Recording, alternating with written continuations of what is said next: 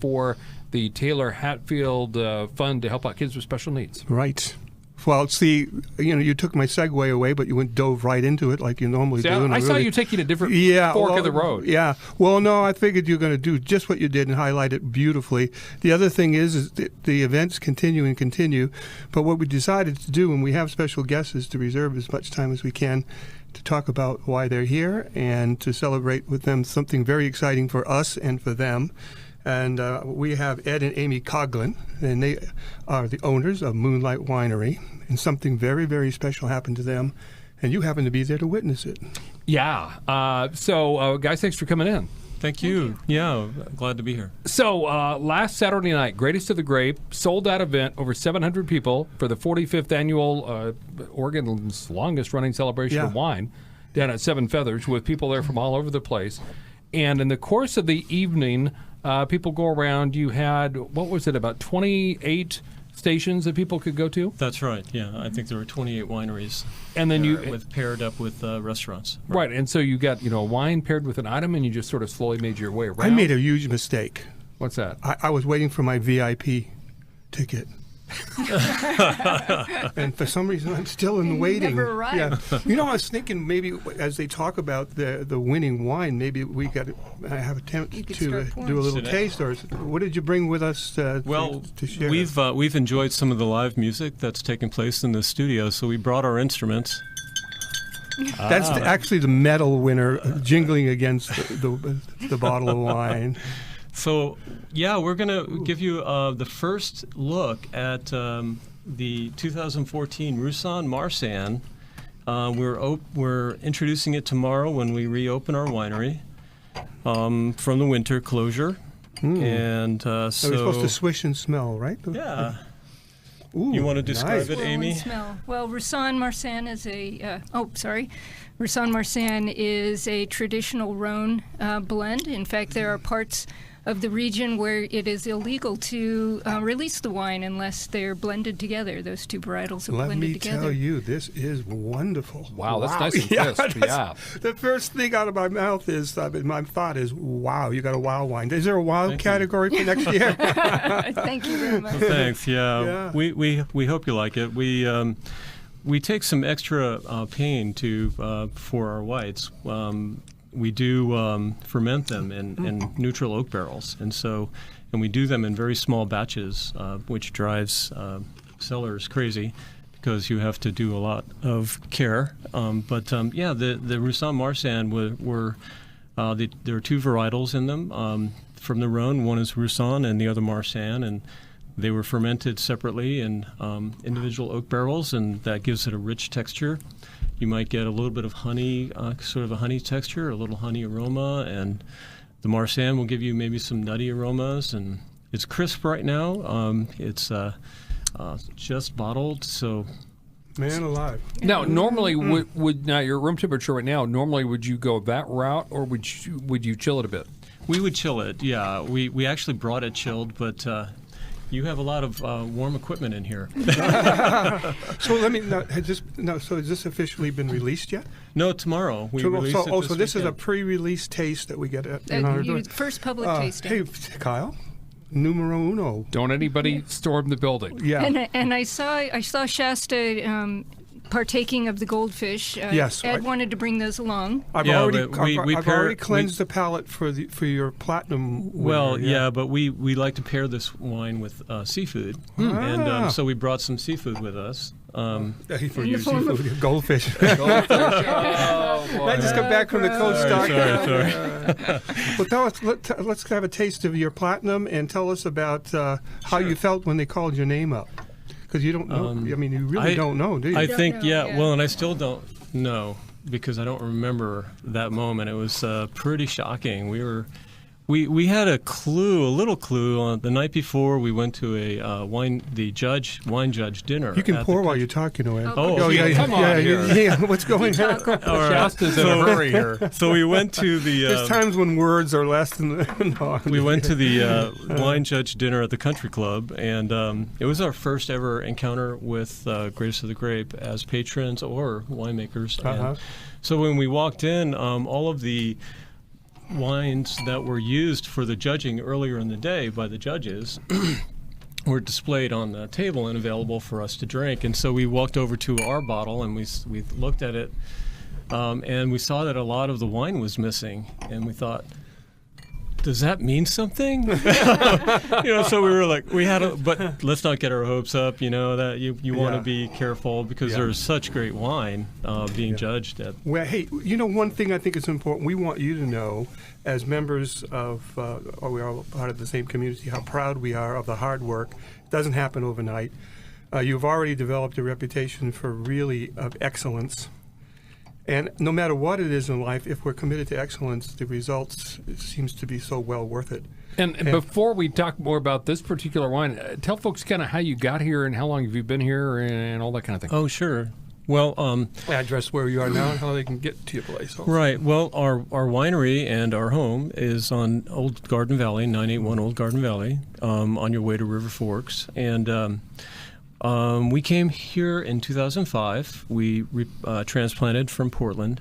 But I came here after Amy and I had encountered some of the wineries at the Bite in Portland in 1999. And I came down that year to a wine festival.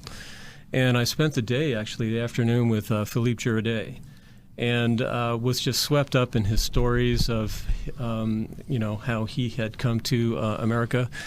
And, of course, now I look back, and it was a Saturday afternoon, and I was the only one in his tasting room, and I'm thinking, boy, if I had a Saturday afternoon like that, I'd think, we might have felt well as closed the door. But anyway, but he had just a slow day that day because of the wine festival going on at Store Park. And so I had this privilege to hang out with him, and I decided then that this would be the place that I would love to grow grapes. And so it took us 6 years to come back. Wow. Now, a lot of people pass your facility or essentially your tasting room on the way to River Forks Park, but where are you sourcing where the grapes are, where are they grown at?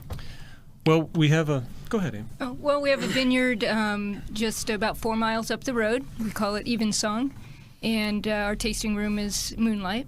And so we have estate grapes, and then there are certain varietals like the two you're tasting today, which aren't grown on our estate vineyard because they're varietals we really like, and we want them to be as good as they can be, so we get them from the best sites. And so we partner with other vineyards in Southern Oregon that have aspects and terroir that's similar to our own. Hillside vineyards, we like to get the fruit very ripe, and so you can get this fruit riper down in the Rogue than you can up here. One thing I'd like to interject as we're tasting, the first thing that hits me on this wine is it's just full-bodied wine. I mean, there's nothing that you feel like it's missing anything. I mean, it's right there. It's rich. It's full. It's almost like eating a delicious steak, so to speak, from a physical standpoint, but you're doing it with a wine. And if we didn't mention at the front end, this wine that won the big award is the Barbera 2013. So explain some of the characteristics, because Barbera is not one that's all that common around here. No, it's not. I'm not even sure anybody's doing it. Well, there are a few, but it's probably the least planted varietal in Oregon. But I grew up in an Italian family on the East Coast, and so Italian-style wines were pretty important to me. And so we found a vineyard down in the Rogue Valley that was a small vineyard that had a hillside, and we were able to select a few rows. Since we do a very small batch, it's usually not too hard for a vineyard manager to say, yeah, you can take those 2 rows, and then we get to select the grapes we want. And so you heard them share that their home and their tasting room is on the same. It's on the same geographic location. Right. But I will tell you something. Having been there, and I had the honor of celebrating my birthday, which actually was kind of the first event you guys did. That was actually the first day we were open. Yeah. But the first thing that came out of people's mouths is how intimate the setting was. And by the time they left, they really feel like they genuinely made some great new relationship with you both, and that's so important. You can go back. You just want to kick back there, you know what I mean, and you want to drink wine for the whole week. Yeah, I'd like you to go home eventually. Yeah, eventually. Yeah. They do usher you out when it's time to. Yeah, but Sometimes. yeah, sometimes. So last Saturday, I was just off the stage there when Terry Brandborg was doing the winning announcements. Watched you guys come up, you get the photo op, people applaud, you head on back. So in the next few minutes, what was your reaction like? Oh, what'd you think? We didn't know how, it's that whole speechless moment occurred, I think, and I was shaking. we were, Literally. we didn't know what that moment meant, and then we were very honored and humbled, actually, because we had been around and tasted the wines that were up in the competition, and the quality was so good. But as we were listening to the judges, to Terry announce the awards, and he was going through all of the listing, all of those really great wines, and we're thinking, wait, they didn't win platinum. Who did? They did. Yeah. And then he got through the gold, and we were thinking, oh well, I guess we didn't get anything. And then our name was mentioned. This would be a good time to talk about the differences of the awards. There's two different categories.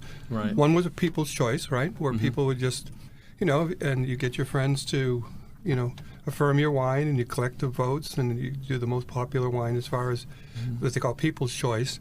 And then you have a panel of professionals that live, sleep, and eat wine. It's a blind tasting. They don't know what wine they're tasting, and they come up with the winner, the grand winner. And this is what you guys won. Right. Yeah. Something to. Yeah.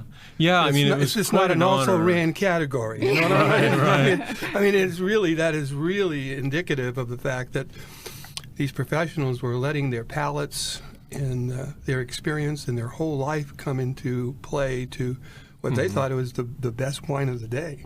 Right. And I was thinking maybe we do a wrap and let them know of events that are coming up real soon that's happening at the winery. Oh, sure. Well, we're reopening tomorrow.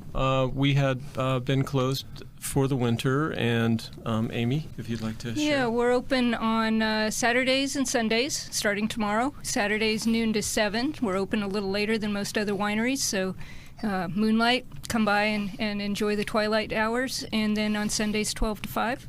And that'll be continuing on. We're also going to be on the Umpqua Valley Barrel Tour on May 2nd. There's two of them, one in April. We're in the second one on May 2nd. And then we'll be doing some special entertainment over the Memorial Day weekend as well. Yeah.